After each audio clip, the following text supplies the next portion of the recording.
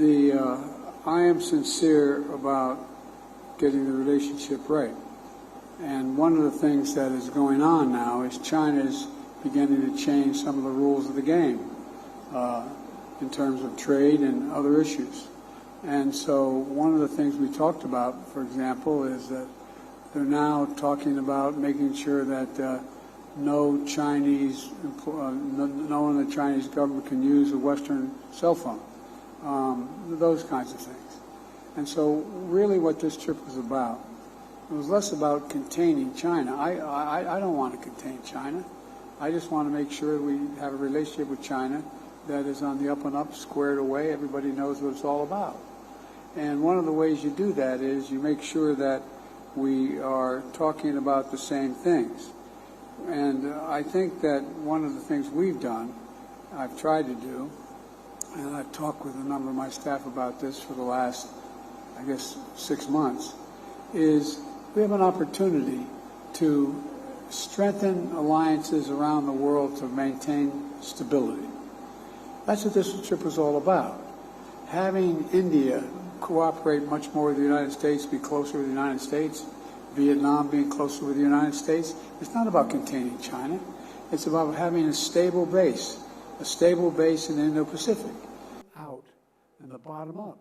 When that happens, everybody does well. And all the effort we've advanced from day one of my administration to demonstrate to our Indo-Pacific partners and to the world, the United States is a Pacific nation, and we're not going anywhere.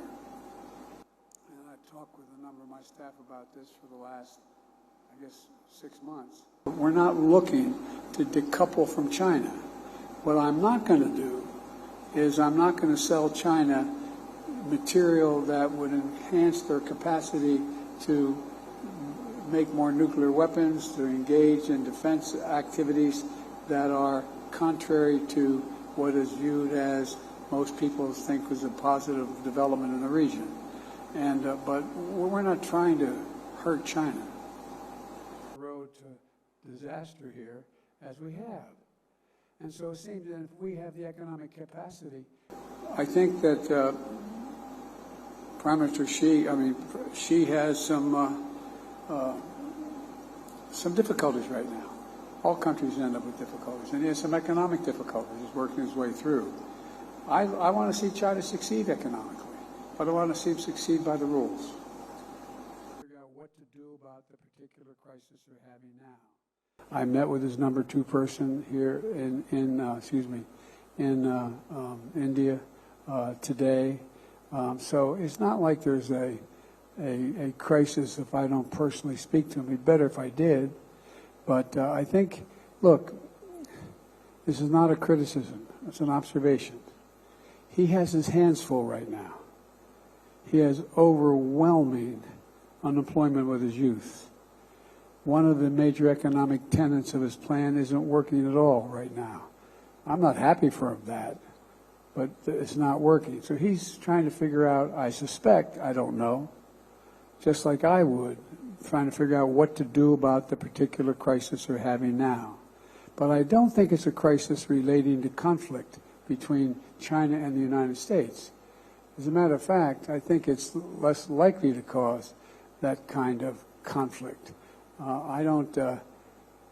Anyway, I just think that there are other things on leaders' minds, and they respond to what's needed at the time. And look, nobody likes having celebrated international meetings if you don't know what you want at the meeting. If you don't have a game plan. He may have a game plan. He just hasn't shared it with me. But I tell you what, I don't know about you, but I'm going to go to bed. We have a relationship with China that is on the up and up, squared away. Everybody knows what it's all about. They thought I quoted Irish poetry because I'm Irish.